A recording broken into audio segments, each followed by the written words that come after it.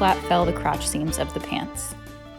Pin the pants fronts wrong sides together and sew with a 5/8 inch seam allowance.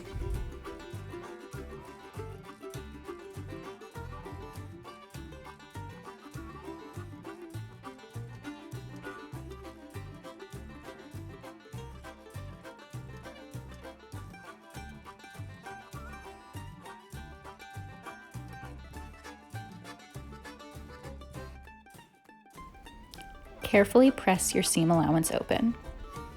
We're going to be felling this seam to the right, which means that's the side of the seam allowance we'll trim.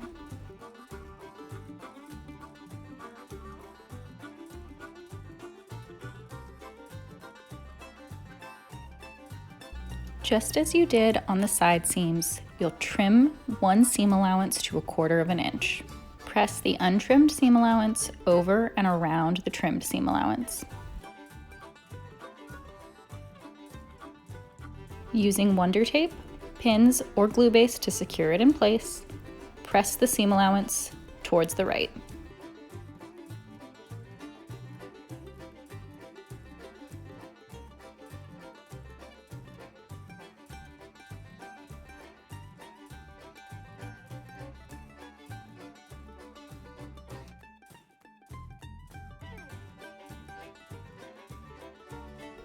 Edge stitch the seam allowance in place from the right side. You'll repeat this process for the back crotch seam, also flat felling to the right, so that when they meet up, it'll reduce the bulk. Next, we're going to flat fell the inseam. Match up your crotch seams, sandwiching them together. They should dovetail in, not be on top of one another. Carefully pin and sew with a 5/8 inch seam allowance, flat felling to the back, just like you did for the crotch seams.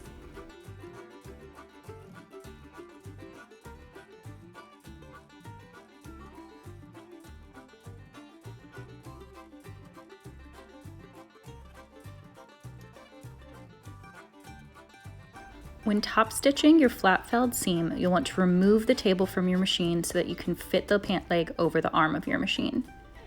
Go slowly, stitching up to the crotch and a little bit further, and then turn it around and stitch from the other side.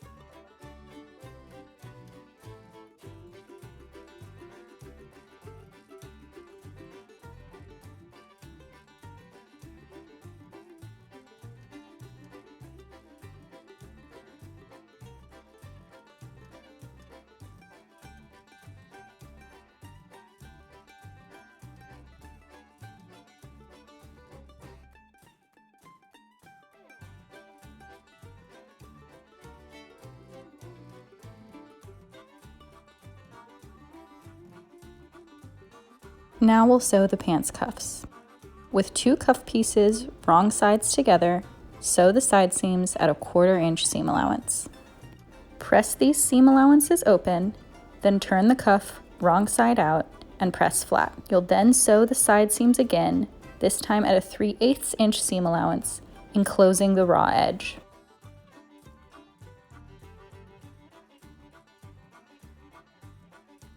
Turn your cuff right side out and neatly press the seams, pressing one towards the front and one towards the back. We will now hem the cuff, sewing the narrower end at a 1/4 inch.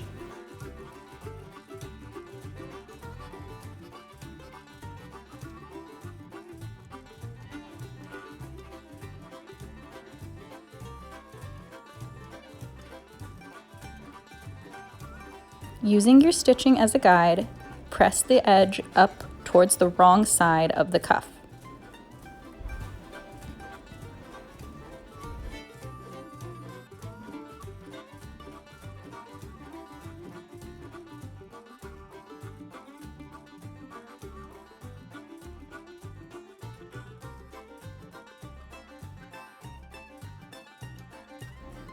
Press it up again another 1/4 inch and secure in place with pins, Wonder Tape, or glue baste. Edge stitch this hem in place.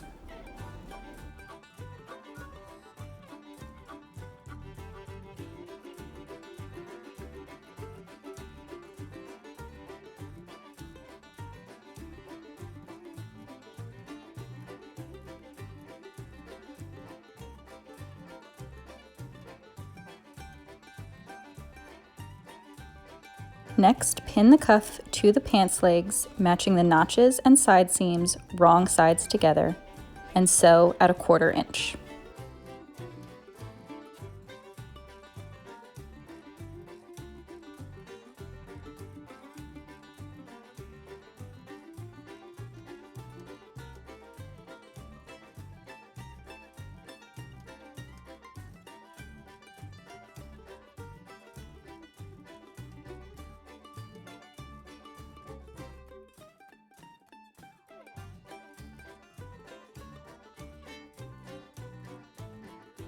Press your seam allowance open as you did with the side seams of the cuff itself.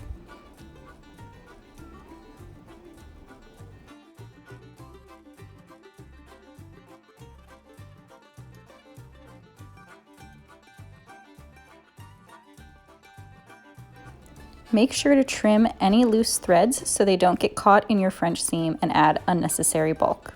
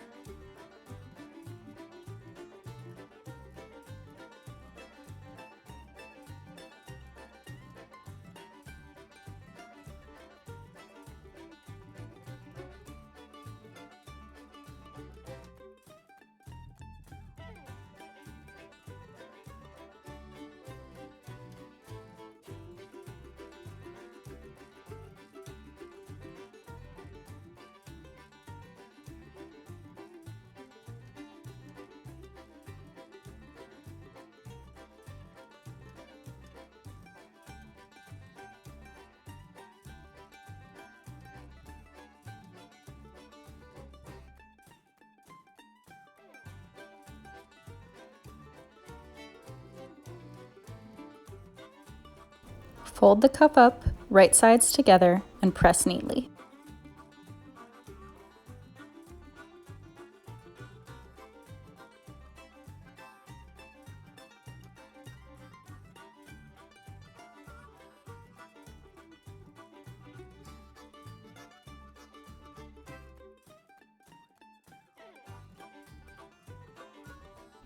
Sew again at a 3/8 inch seam allowance, enclosing the raw edge in the seam.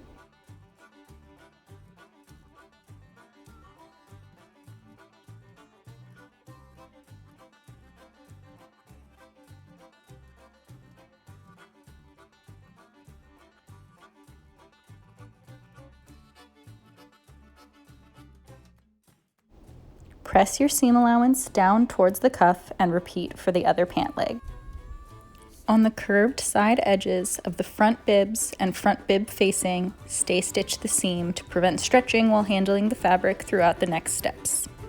On the long curvy edge of the front facing, stitch a scant 1/4 inch from the raw edge.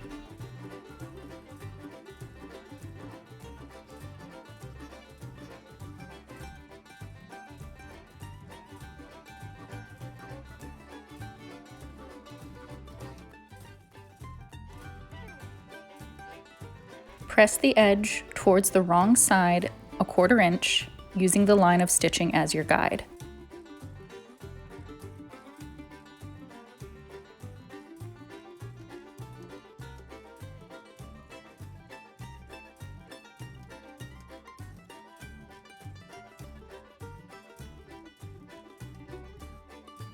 Sew the front facing to the back facings, right sides together at the side seams, and press the seam allowances open. Sew the center back seam on the back facing, right sides together, and press that seam allowance open as well. Set the facing aside. Pin the front bib pieces together at the center front, right sides together, and sew at a 5/8 inch seam allowance.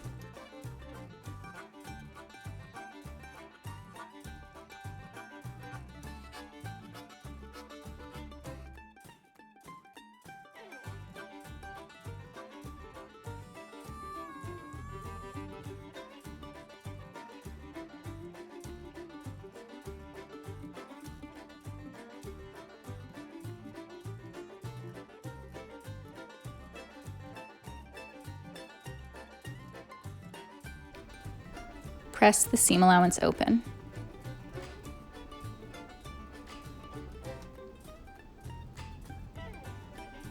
Turn each raw edge under, one on each side of the seam, allowing the raw edge to meet the bib seam and press neatly. Each raw edge will be enclosed by the seam allowance.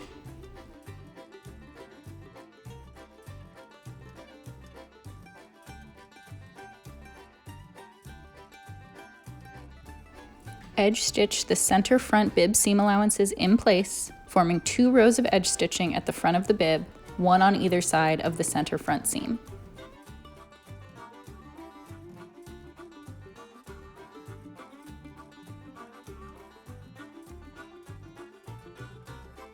Pin the back bibs to the front bib, right sides together, and sew at a 5/8 inch seam allowance.